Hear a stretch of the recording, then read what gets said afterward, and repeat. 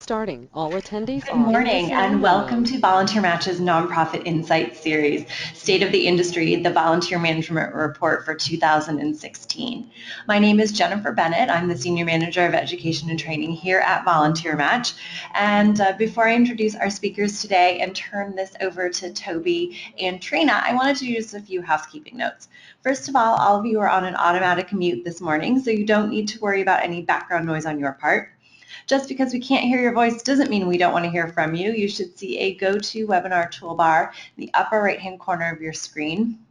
You should see the word questions with either a plus sign or an arrow sign. You can open that up and type in your questions. I'll be keeping track of your questions as we go through today, and Toby will be stopping to answer questions along the way.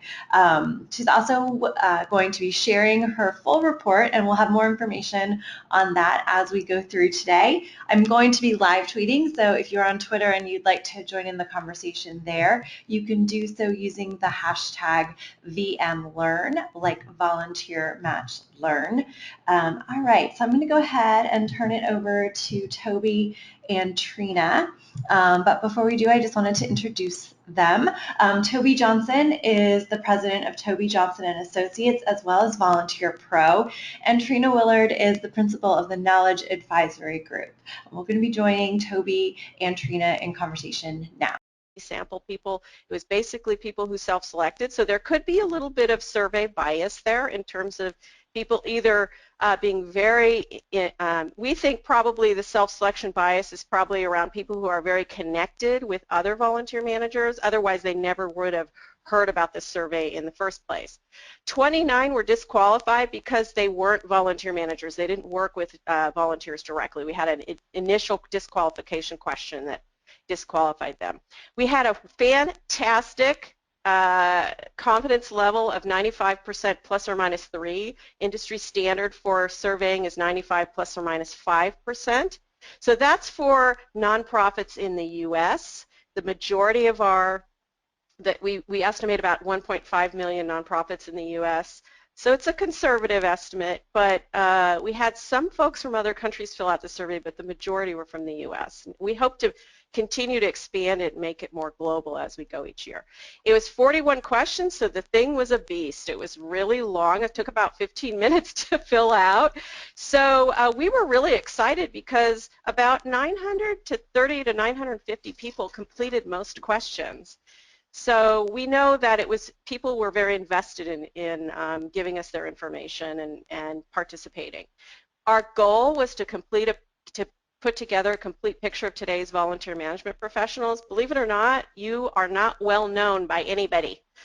This information is difficult to find. We've seen a few recent studies back probably 5 or 10 years ago, and there are a few local areas that have done surveys like this, but nothing nationally or globally in recent years, except there's been something in Canada and there was something in Australia, but there hasn't been a lot of this, so it's new information for everybody. So we collected our responses between November 9th and December 21st. We kept it open a little extra to get as many responses as we could, and we got the questionnaire was really developed by myself and Trina and colleagues, and we administered it via SurveyMonkey. So I also would be really remiss if I didn't mention our distribution partners, including VolunteerMatch.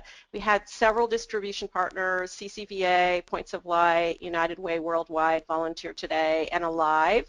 All helped us get and we heard after the fact from other folks who were, hey, I would help you get that out. So next year in the fall, look for our information on this. And then special thanks to Jason Frenzel. He reviewed it as a practitioner, reviewed the whole survey soup to nuts, and gave us some extra feedback on what he might want to know from a practitioner standpoint. So thank you, Jason. So who did we survey? Got a broad range of causes. So this is wonderful to know that we got this broad range of causes. Majority, healthcare, medical research, support services in the medical field. Those were the folks that were the large majority, not a majority actually, 18%. Education and library, second. Environment, parks, wildlife, third, fourth, arts and humanities, or I'm sorry, community improvement and capacity building was actually second or third. But you can see there's a lot of different types of nonprofits represented here, so that was good. We felt that that was a good result. In nonprofit organizations, we also had a variety of sizes of organizations who answered the survey. So we had people from very small, all volunteer organizations, people with small 1 to 5, all the way up to people with over 1,000 staff. Those are probably large networks of organizations globally. So really cool results. So we don't feel like there's a real skew to a specific size of organization. Volunteer administration experience similarly was very diverse in the group that answered. So wide range of experience, over 40% had more than 10 years in the field, and over 15% had less than 2 years experience. So we had people who are new to the field. We also have a lot of veterans. Look at the 16% over 20 years in the field. Now, we also checked about current position, and we found that there was no correlation between years in profession and years in current position. There wasn't any relationship between those two things.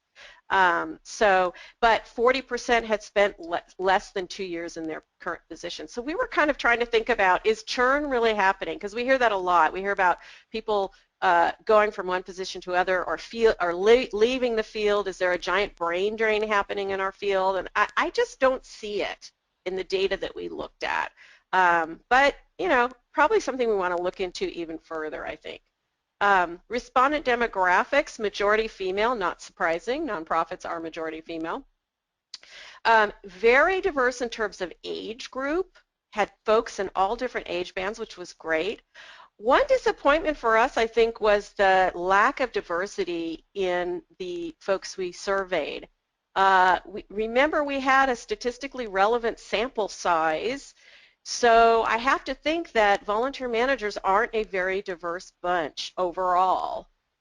Don't know if that's true or not. We probably need to do a little bit more research around that, but me personally, next year when we do our survey, I'm going to do some outreach and make sure we can get more diverse respondents.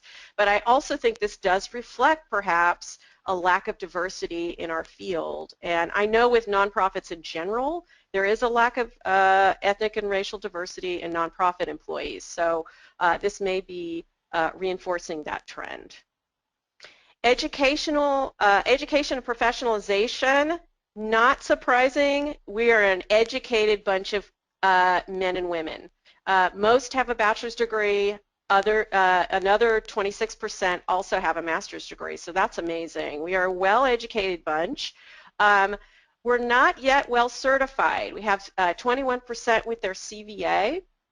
Most don't have a professional certification. The other actually represents people who have things that we didn't list here. So these might be professional certifications like MSW or RN, or there's a variety that might be specific to someone's actual cause or work environment that aren't related, that we didn't list. So that was interesting to see that.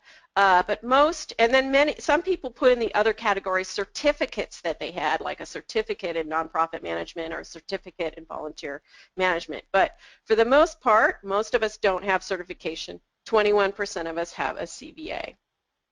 Hey, Toby, can I just jump in for a second? We've got some people who are having some technical difficulties. So if you're not able to see the slides, please try logging off and rejoining GoToWebinar, or try refreshing your GoToWebinar page in your browser.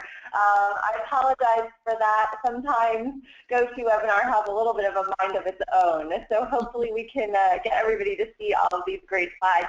But if for some reason you haven't been able to see the previous slides, Toby is going to be able to share some of this information, the report, back out to you later on. So don't worry if you're missing it out. Thanks so much. Yeah, absolutely. Thanks, Jennifer. Thanks for letting people know that. I know it's frustrating when you're trying to get on a webinar and you can't see the slides. Know that all the information and more in this presentation will be in the report. The report is 39 pages long. So Everything we're sharing today and then some will be in the report, and you'll get an email in the next day or so. As soon as Jennifer sends me the list, I'll send out an email, and you'll be able to click on a link and download it. So no sweat, you'll get it, you'll get the information. But it's hard to listen when you can't see. So log in and log out. Thanks, Jennifer. So, okay, salary. This is always like the juicy stuff when we get into salary. Our median salary is $40,000 to $45,000 a year. Now, we can't give you an exact because we didn't ask people to give us their exact salary. We asked people to pick from a band. We felt like it was a bit intrusive to ask people to type in their actual salary. So we had them pick from the salary bands, and you can see the options on the left-hand side. 45% of all salaries fell between $30,000 and $50,000 annually. The majority of people were full-time staff. By and large, it was like 80% or more. I can't remember exactly how many percent. I think we have that somewhere else. But it was a huge, most people are full-time staff. Now, that's not to say that they only do volunteer engagement as part of their full-time job. They may do, as most of you know, you wear many hats. 11% reported a salary exceeding $65,000. So some people are doing quite well. Now, this may be in government. It may be that they run large networks of volunteers. We didn't ask people's position titles vis-a-vis their salary. Higher salaries, not surprising, were more likely to be found in organizations with higher numbers of volunteers, higher organizational budgets, and higher numbers of paid staff. So some things weren't surprising, some things were confirming in what we learned, which isn't surprising when you do survey. If everything surprised us, then I would feel like I knew nothing about the field that I've been a part of for years and years. So it's always a little reassuring that you know something about your own profession. But let's talk a little bit more about salary, because I think, and there's lots more in the report about salary, because I knew that salary was going to be really important. Primarily because you need the information to advocate for yourself. With bachelor's and master degrees, I want to make sure that volunteer managers get what they deserve in terms of pay. So I had a vested interest in teasing out all this salary information. So when Trina and I were doing the data analysis, I kept saying, well, what about salary by this? What about salary by this?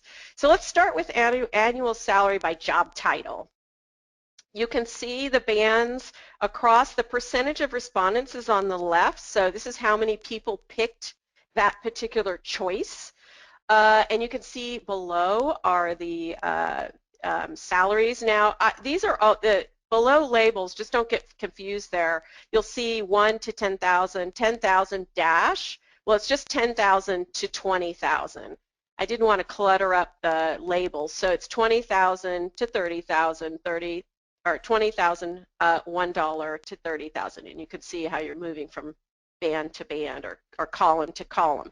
But you can see that at each level, especially from 35,000 up, it looks very similar in terms of percentages. And only until you're over $65,000, that's the far right, is it more director than anything else. So the ratios are very similar. Now, lower on the salary scale, coordinator is a little bit more like in the 20,000 range. But we really feel like salary really isn't little correlation except at the highest end of the salary continuum. I would have expected that on the right-hand side of the chart, I would have seen a lot of dark blue, a lot of directors that get paid that higher salary. But I'm not seeing a huge correlation here between salary and job title, which is interesting, I think, very interesting about the standardization. It says something about the standardization of our profession.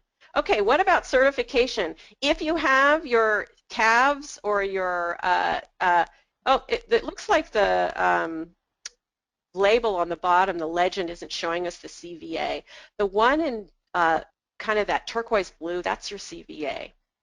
So there also doesn't seem to be a lot of correlation between your salary and whether or not you have a certification. A little bit with the CAVs, which is a medical related. It's like CVA, and the CCVA does administer the CAVs. but it's mostly for medical and hospital professionals.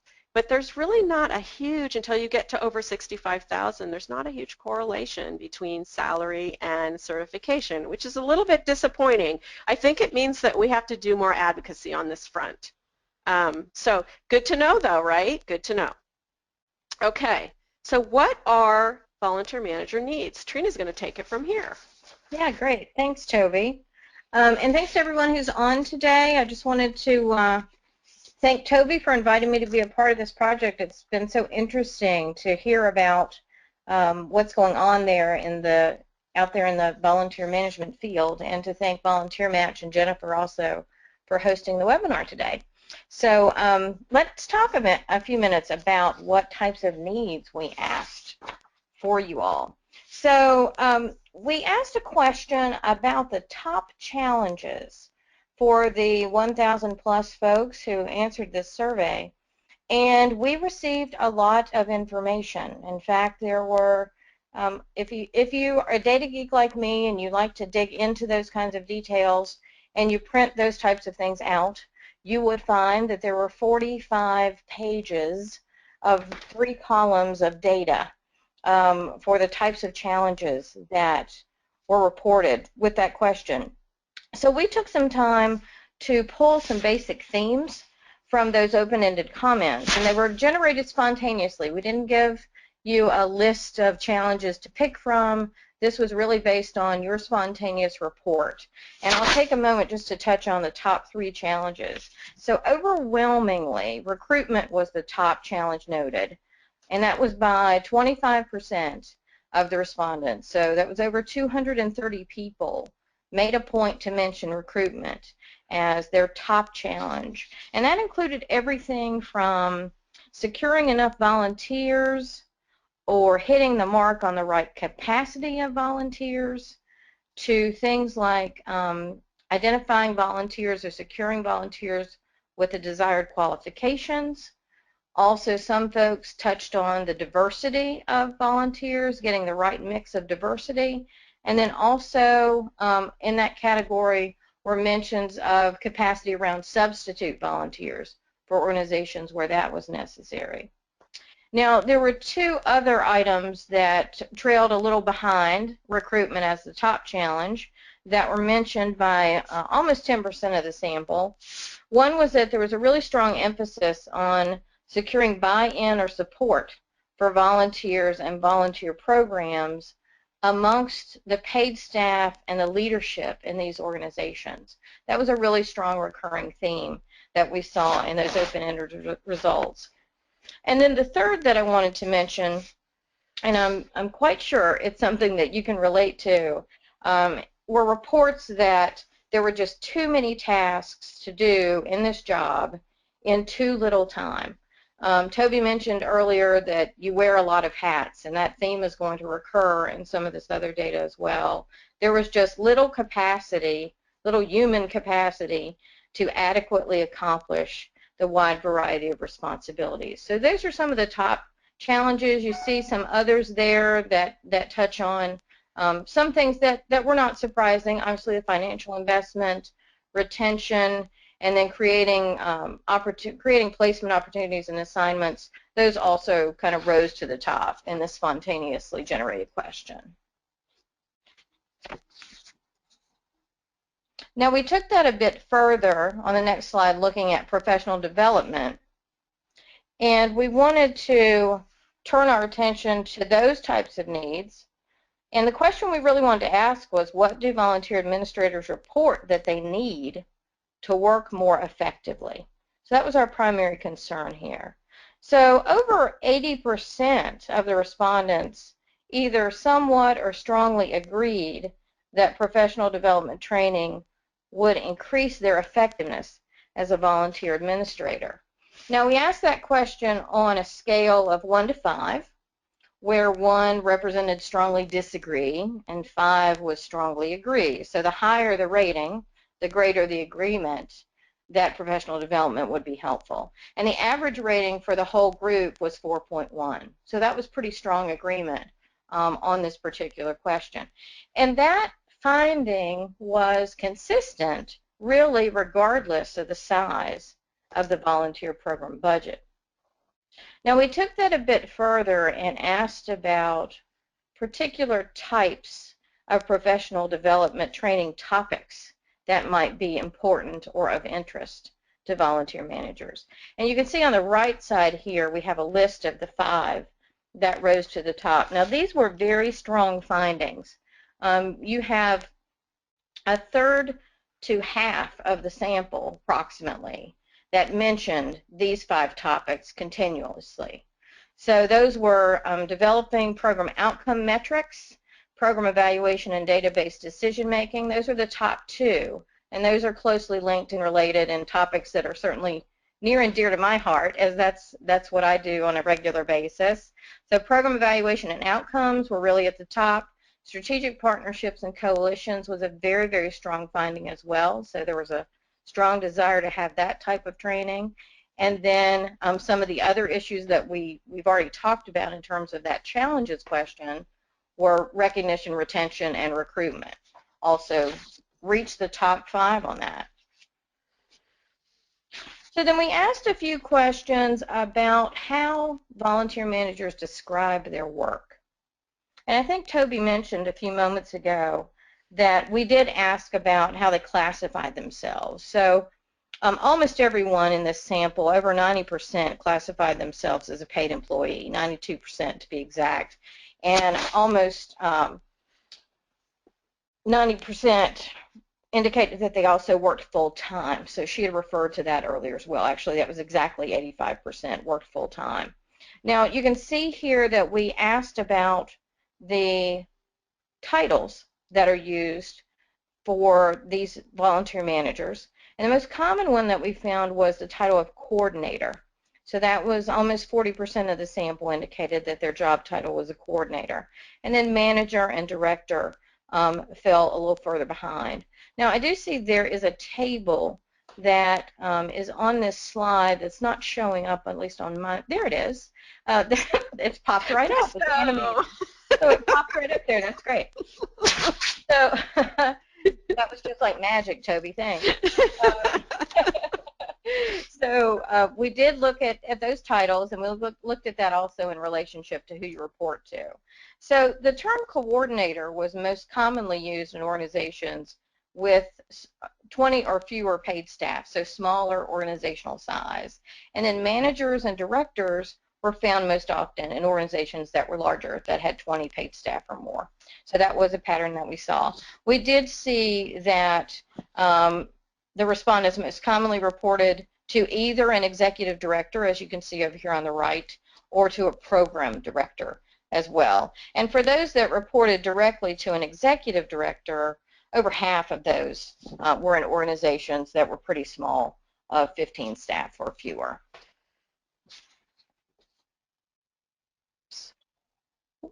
Now, as we turn to looking at the number of organizational volunteers, there's not a lot of strong relationships between the titles that are used for volunteer managers and the number of organizational volunteers.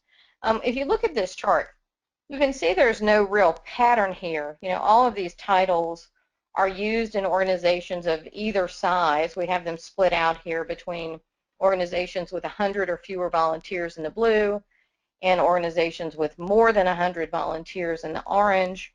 And all of the titles are used in both sizes of organizations, and the split is relatively similar across most of those job titles.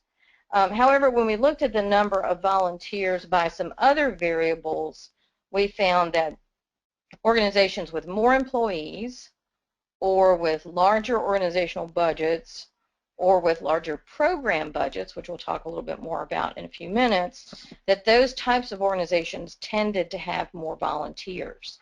So there was a strong correlation between larger budgets and number of volunteers and more paid employees or staff and more volunteers. And you'll see a lot of those detailed tables and charts are in the report that we're going to be sharing with you after the webinar. So lots of geeky details on some of those breakdowns. Now, the next piece here is referring to job roles, and you'll see that the most common job roles fell into 4 categories. More than 2/3 of the sample, sometimes as much as 3/4 of the sample, indicated that they were responsible for recruitment, program development, training, and program evaluation. And all in all, the average number of job roles was around 6.5, which is the table that's going to pop up. There we go.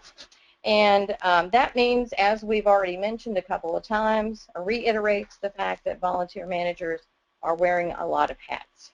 So I'm sure that's not a big surprise, but it certainly is a lot to manage. And when we actually dug a little deeper on that, we found that the average number of roles is a bit smaller for organizations that have no paid staff. So fewer staff, we found that there were fewer roles, which I thought was kind of interesting, because I would imagine that you'd actually have more things you'd have to do if there were no other staff to support you. So that was a little bit of an interesting finding. Now let's switch gears and take a look at budgets for a moment. We asked about both organizational and program budgets, and they varied widely amongst respondents. You can see from this chart here that the most commonplace organizational budget was in that $1 million to $5 million range, but there were nearly 20% of the respondents who indicated that they had organizational budgets of less than $250,000. Pretty small budget overall. We also found that nearly a quarter of the responses to the survey actually did not know their organizational budget. And you'll see on the next slide that this is true of program budgets as well. So I wanted to just let that sink in for a moment. I'd be really interested in hearing what your reactions are to the possible pitfalls or challenges of working in this environment and not having context around your organizational or your program budget. So if we dig a little deeper on the program budget side, over half of the sample operate with a volunteer program budget of $10,000 or less. So when you think about all the number of job roles that we discussed, which is in that 6.5, 6 to 7 range, then there's a lot to accomplish on a very small operating budget in many of these organizations, even when you consider that salaries and benefits aren't included in this particular number that you see on this chart here. There were just under 10% that indicated that they don't have any budget for their volunteer program, $0. And again, you see there on the right that there were a pretty good proportion that had no awareness of their program budget. Now, we also asked about supervisory responsibilities for both the volunteers and for paid staff. And about a third of the sample supervised 25 or fewer volunteers, but there was a small segment, about 15%, that didn't supervise any volunteers directly. Another 2/3 don't supervise paid staff directly. And those that do don't supervise many paid staff in general, usually between 1 and 3. However, there was another kind of interesting tidbit on this one to me personally, and I know Toby and I spoke about it quite a bit. There was a small subset of people who indicated that they are paid no salary as a volunteer manager, but 30% of them indicated that they supervise paid staff. So we were a little bit concerned about that, or curious about what that meant. So we took a look at some other responses that we had to see if we could find out any additional details. What we did see is that even for that small group of people who were not being paid but were supervising paid staff, they were not, for example, board members, unpaid board members that were supervising executive directors. They were people who were in the role of all of these traditional types of volunteer management roles that we've been speaking about earlier.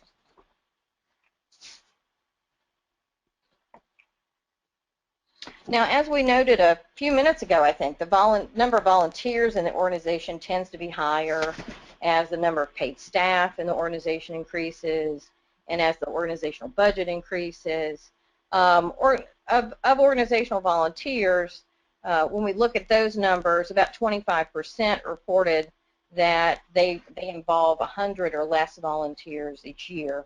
And then there was another quarter or so that indicated they have about 1,000 or more volunteers involved each year. So some opposite ends of the spectrum on that. With regards to program volunteers, the number of program volunteers really varied tremendously. The most common number was between 101 and 250. You can see that on the chart on the right, that dark blue band in the middle. And if you look at these two charts side by side, the organizational volunteers on the left and the program volunteers on the right, you can see that they really have almost exactly the same pattern. So that was kind of interesting as well. And then there were a few other questions that we asked with regards to describing the organization's volunteer management practices. So we spoke about the volunteer manager's job roles a few minutes ago. Then we asked a similar set of questions about volunteer roles. And over half of the respondents reported using volunteers for things like special events, office and administration tasks, direct service provision, as a board or committee member, and fundraising. And some of those were pretty high, like special events.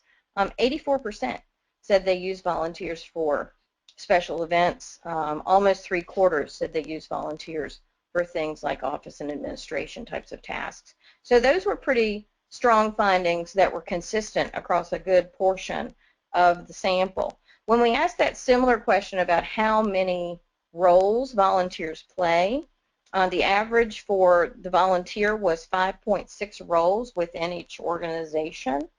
There really was no significant correlation between the types of roles that volunteers serve and their organizational size. So we're seeing this pattern sort of across organizations regardless of how big they are.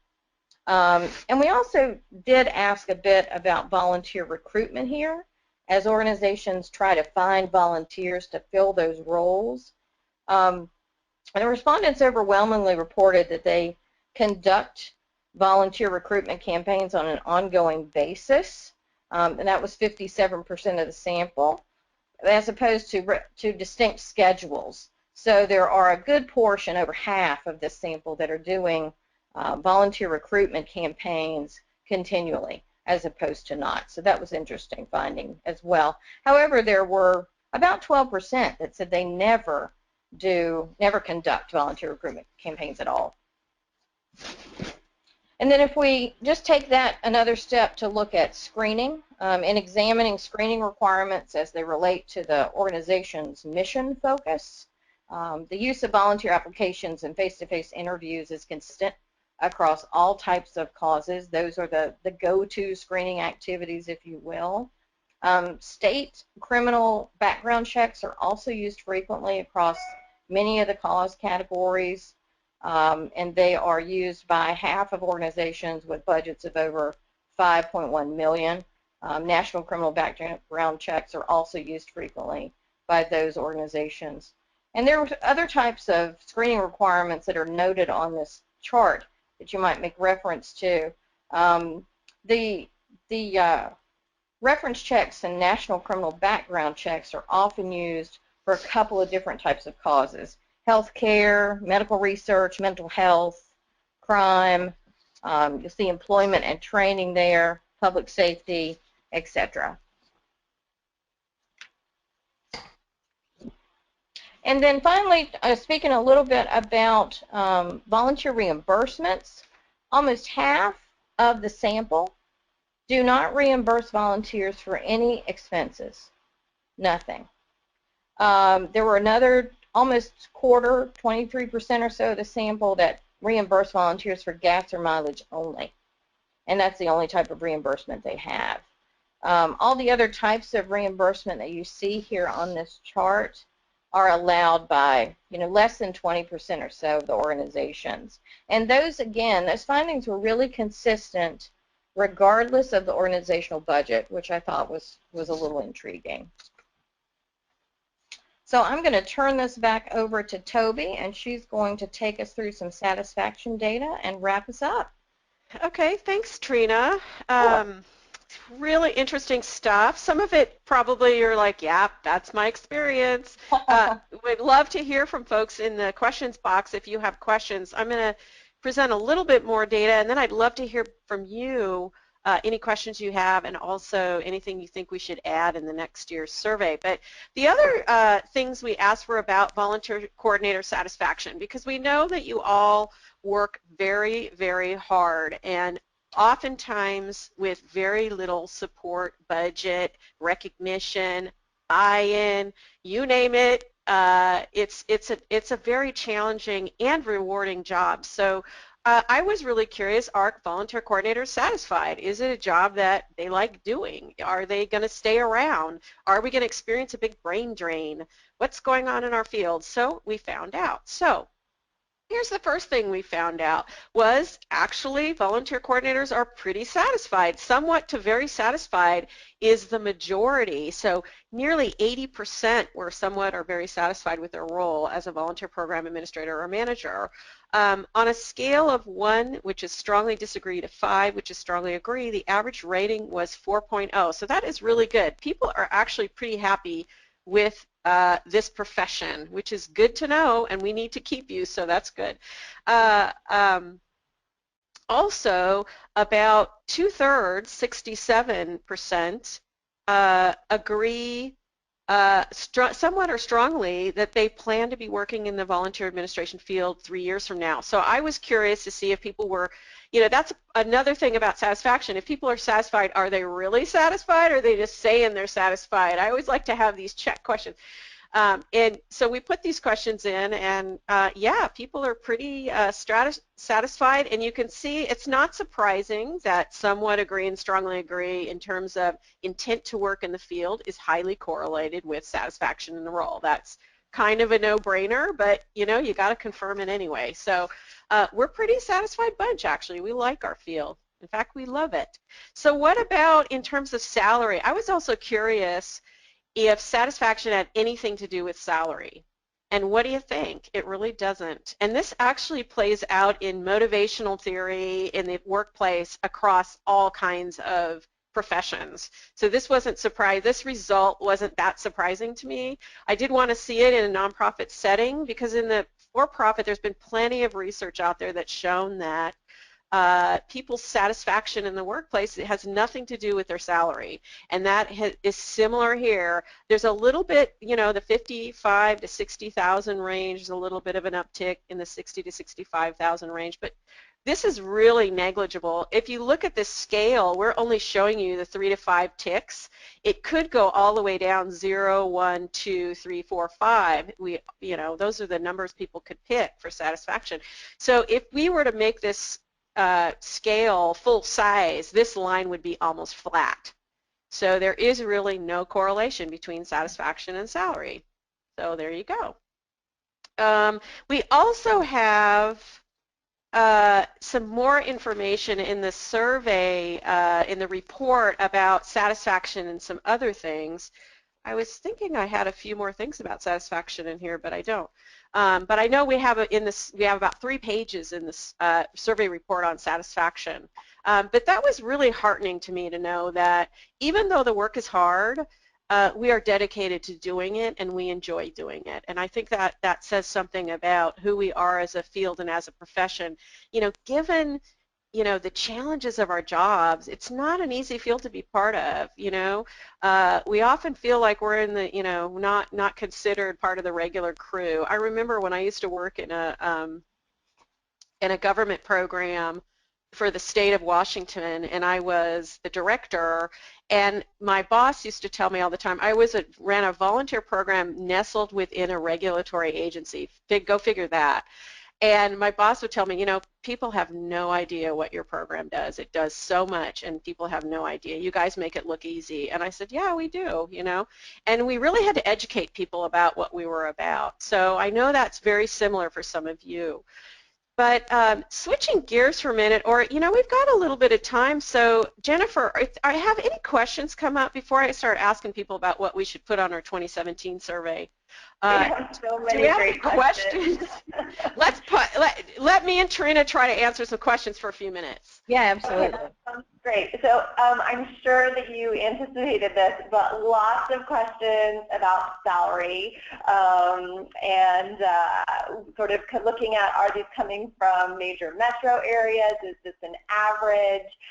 Comparing, you know, if you're in New York or Los Angeles or San Francisco or Chicago versus being, you know, somewhere that's not quite as expensive to live, were the salaries still in line, or were they just added together and sort of averaged? Yeah, good question. Trina, you want to take that or you want me to? You go ahead, Toby. Okay, so here's the thing we didn't do. We didn't ask for a zip code, which would have helped us get to metropolitan statistical area and figure salaries by that, you know, cross-tab and correlate by statistical area or by urban, rural, suburban.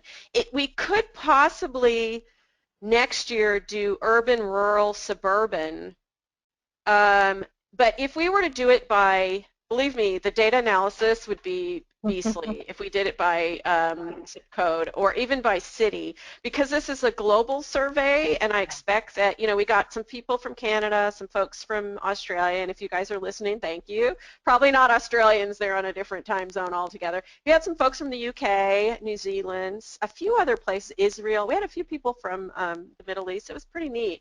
But if we were to do this to that granular of level, we would need like a team of researchers and funding. So we didn't really do it that way. But there is that way. It could be possible that we split it up and we ask next year, just ask people to tick off urban, rural, suburban, and that might help us get to that answer. I think that would be a good way to handle it, because we were really taking it this year as, you know, this being the inaugural survey of this type, if you will, and trying to get some of these core basic questions kind of settled. But I think that's a great question to look towards to potentially slice and dice some of the data on next time. But as Toby mentioned, it would be pretty complex to look at everything that way. But if we asked a question that gave us categories of how to identify certain their service area, then that might be helpful just to take a look at some of those salary variables at least. Yeah. Well, that answers a lot of questions about everybody wants more salary data. Areas. So that's good to know. That's something that we might want to think about for next year, because that was really popular in the questions. We had a question about whether there was drug testing going on for volunteers, if that showed up in your survey. It did, and I'm glad you brought that up. In the screening questions, and by the way, I'm going to back up to the salary question one more time. We did slice and dice it by number of employees, organizational budget, so you can get some sense of the resources that are available for these organizations to pay volunteer managers. So there's a little bit of that in there. So you'll get more granular information than what we presented today, but not down to this metropolitan statistical area or that kind of thing. But back to this question about screening practices.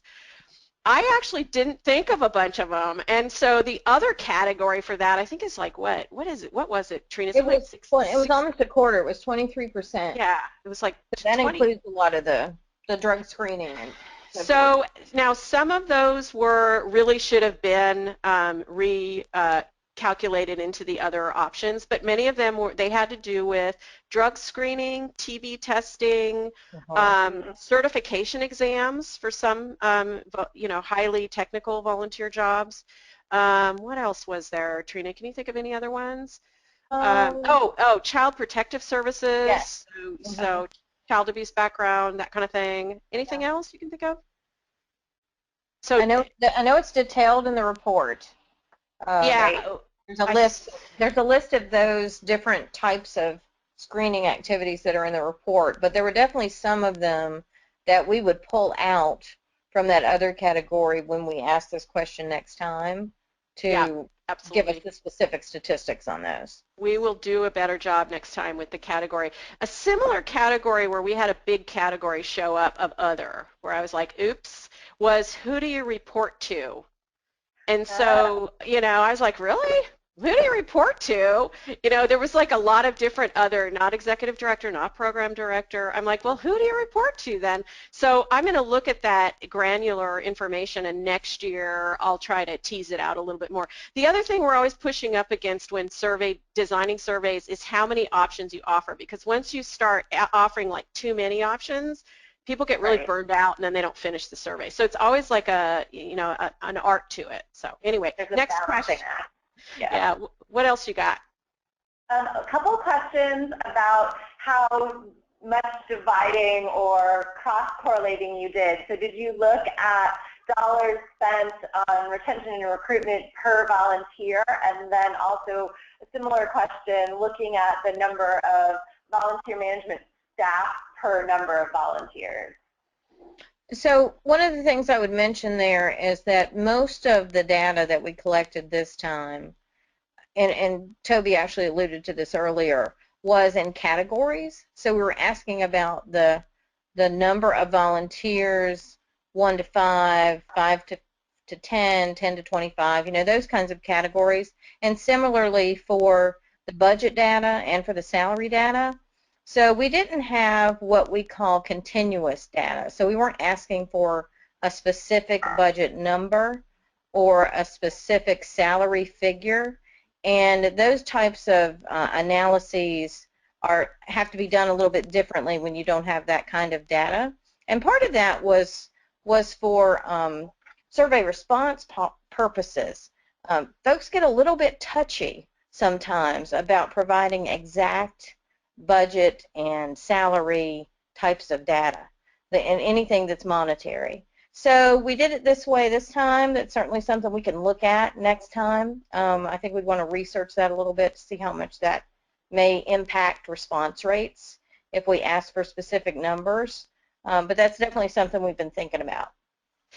I think we also did some cross-tabbing between number of volunteers and number of paid staff. I remember we did that at the organization. Many of those, there's a lot of those types of crosstabs that are in the report, so there's a lot more detail in there for the ones that we were able to pursue.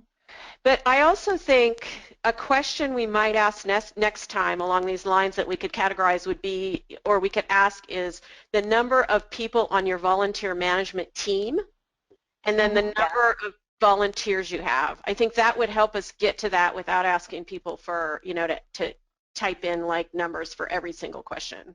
Yeah, that would help, and that would be, I think folks would be amenable to providing that data for sure. Yeah. Great, and just a reminder to all the people who are asking, I'll be sharing this list of attendees with Toby, and she'll be sending you that full report. So you'll be getting not just the information in the presentation, but all of that more granular information that we've been talking about as well. Yeah. Any other questions, Jennifer, coming up? I'll answer like 2 or 3 more if you want. We've got a bunch of really good recommendations. Let's do it. Let's do recommendations. Okay. And I'm just going to apologize if I don't get to yours. We've been overwhelmed with such great participation, and it's hard for me to sort of keep track of all of this. But I'm sure that Toby would love to hear from you if you have a great idea for moving forward for next year if we don't have the answers. And Jennifer, can you send me that list in the comments? Just send me. Yeah, absolutely. It's a pretty big list. If you're ready for it, I can send that over. I mean, you don't have to send me. Yeah, just you can. Anyway, yeah. Let's talk about recommendations. Woohoo! So Barbara suggests that comparing satisfaction levels for volunteer managers that work full-time versus those who do other duties as well. So looking at it from a full-time versus I wear a lot of hats, how satisfied are you? Good one. That is a good one.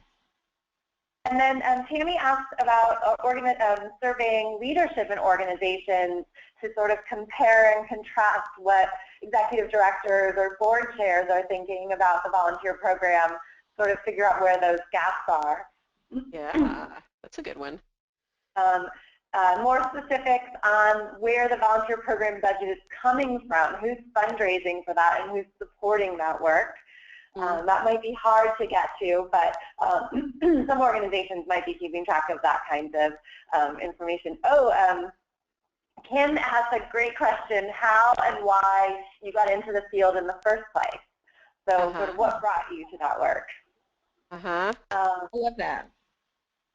I feel like we asked something about, oh no, I was doing another, I was doing a webinar yesterday on survey design and analysis, and I was showing one from volunteers, and I was talking about that they are issue-based. Anyway, forget it. Next question, our next recommendation. Moving on. A great question from Kathy, who wanted to know if volunteer administration was added to your job position or to your set of responsibilities. Did you also receive a salary increase? Oh, wow. I'm writing feverishly. We did hear some open-ended, you'll see in the report, I picked out a few like really great, pithy, open-ended comments people put about our field in general for the most part. And, you know, there were a lot of people who said, you know, this got added onto my job and I had no idea how hard of a job it was going to be. Yeah. So we need to be better negotiators when this stuff comes up. But people don't know. I mean, if you're not in the field, you just don't know. So. Let's see, as I try to dig through this, how much more time, you know, we're getting close to the top of the hour. I want to make sure you have time for summarizing. And like I said, I'm going to send all of these questions as well as the suggestions for next year to Toby so that she can take them into consideration. Awesome, awesome. Okay, we answered questions. You can always send us. Here's what's going to happen next. Jennifer's going to send me a list of you guys, and we're going to send you an email, and that email is going to say, and the email topic is going to say, please confirm your email to download this, and you'll be able to download the report. This is what the report looks like. We've been polishing it up till the minute, I'm telling you. It's been crazy. So, but you can see I have one, whoever put this in their open-ended comments, you are the bomb. They say, I would like to see the results of surveys like this really leveraged to help advocate for our profession, as many organizations would not function without their volunteers, yet their leadership is by and large ignored. And that is what this is all about. We want to make sure that we can advocate for our field, but what I was seeing as a leader in the field and as a trainer and consultant was that we were talking a lot, but we didn't really have the data to back it up. And so I'm hoping that you can take this report to your boss and say, hey, let me tell you what's going on in my field, and let me tell you that what I'm saying, I'm not the only person saying it. And so that we can start to see a shift. One of the reasons we want to do this annually is because I want to see things change over time. Now, they may not change for 5 years, but if we keep ticking away at it, hopefully we can make a difference. And I know VolunteerMatch is very much about advocating for you all and providing resources for you all as well. I know some of the other people who helped us distribute the survey link. Also, be sure to share this with folks. This report, anybody can download. It will be on my website for free. Right down here, you can see. I'm not got it up there yet, but I will probably by tomorrow. And so please share it far and wide. Love you to do that. Also, I'd be remiss to not do a webinar and not talk about VolunteerPro a minute. So we are having our annual membership sale. It is closing on Friday. So if you have thought about joining us and becoming part of our membership and learning about our webinars and taking advantage of our monthly webinars and our live chats and our community forum and all that, if you're looking for a network of people to interact with on a regular basis, professionals to talk with and ask questions and give answers, this is the community for you, so come and check us out. Other than that, Jennifer, thanks so much for having us. Is there anything else you want to say to wrap us up? No, just thank you both for coming. I think this is so interesting, and I'm really looking forward to, as you said as well, seeing changes happen. So please, if you're, as I said, if your questions didn't get answered, know that that information will get looked at. You're always welcome to contact me if you want more information or more questions. The best way to do that is simply to click reply to any of your GoToWebinar reminders. This is going to be recorded, and it will go, this is being recorded, and it will go up on our YouTube channel, and you'll get an email about that as well as an email from Toby about how to get that full report. Thank you both, Toby, Trina. It was lovely to have you. I'm kind of a little bit of a numbers data nerd myself, so I always love CrossTabs. So I'm really looking forward to getting the report and digging through it. Yeah, absolutely. And keep talking to us. You know, next fall, we're going to get started a little bit earlier this year. I got started hustling everything up at the National Conference for Volunteering and Service last year. I was running around. Remember, Jennifer? I was like, Jennifer, I've got a proposal for you. How about helping us distribute this? So I hustled my booty around in October. So next year, I'm like, all right, this year I'm going to start earlier and give everybody a chance to participate. So thanks everybody who participated. Thanks Jennifer for having us, and if you see us, love to hear. If you ever run into me somewhere, we will be at the National Conference for Volunteering and Service this year. If you're beaming in from Australia, I'll be at the National Australian National Conference on Volunteering and Service in April. So if you bump into me, let's talk about this data. All right. All right. Thanks, you guys. Okay, Bye. take care. Thanks so much. Bye. Bye-bye.